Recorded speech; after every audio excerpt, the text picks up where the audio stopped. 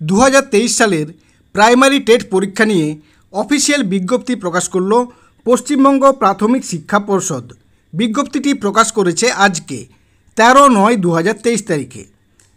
TET পরীক্ষা কবে হবে, কবে থেকে ফর্ম ফিল আপ শুরু হবে, ফর্ম ফিল আপ কতদিন চলবে, কারা কারা পরীক্ষা দিতে পারবেন এবং কারা পরীক্ষা দিতে পারবেন না, যারা B.ed করেছে তারা কি পরীক্ষা দিতে পারবে এবং এই পরীক্ষার জন্য কত টাকা ফর্ম ফিল আপের জন্য দিতে হবে, কত টাকা লাগবে, এই সমস্ত তথ্য আমরা এই অফিসিয়াল বিজ্ঞপ্তি থেকে জেনে নেব।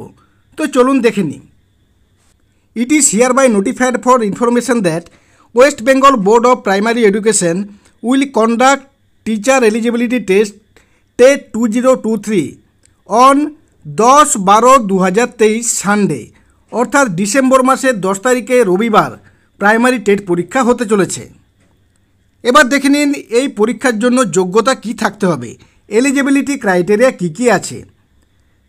প্রথমে দেখে নিন কি কি ক্রাইটেরিয়া বলা হয়েছে। 1 নম্বর, senior secondary or its equivalent with at least 50% marks, minimum 50% marks পেতে হবে এবং তার সাথে 2 year diploma in elementary education, অর্থাৎ এইচএস পরীক্ষায় ন্যূনতম 50% নম্বর থাকতে হবে এবং তার সাথে DLED থাকতে হবে, অথবা এইচএস পরীক্ষায় মিনিমাম 50% মার্কস এবং তার সাথে 4 বছরের BLED এই কোর্সটা থাকতে হবে, ব্যাচেলার অফ এলিমেন্টারি এডুকেশন।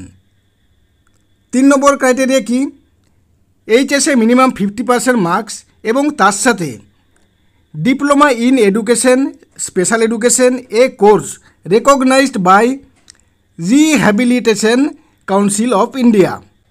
যাদের এইচএসে 50% মার্কস আছে এবং যাদের এই ডিপ্লোমা কোর্সটা আছে স্পেশাল এডুকেশনে, তারা এই পরীক্ষাটা দিতে পারবে, অথবা graduation and 2 year diploma in elementary education, অর্থাৎ গ্র্যাজুয়েশন হতে হবে এবং 2 বছরের ডিপ্লোমা ইন এলিমেন্টারি এডুকেশনে থাকতে হবে।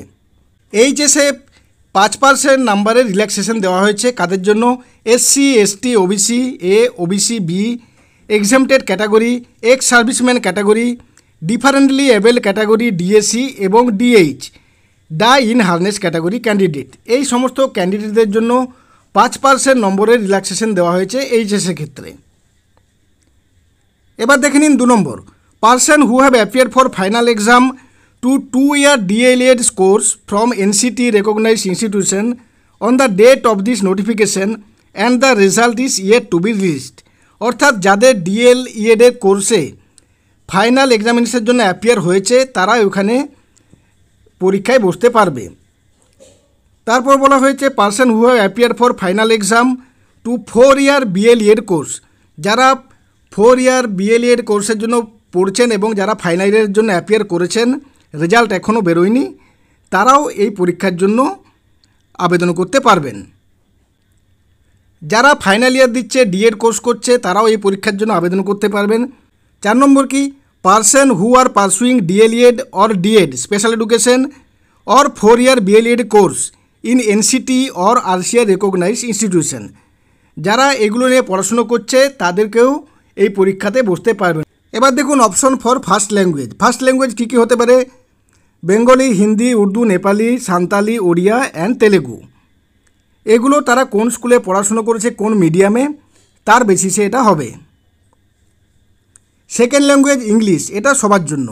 এই candidate who scores at least 60% of total marks, অর্থাৎ পরীক্ষা হবে 150 নম্বরে, তার মধ্যে 60% নম্বর পেতেই হবে, তারাই টেট কোয়ালিফাই করবে।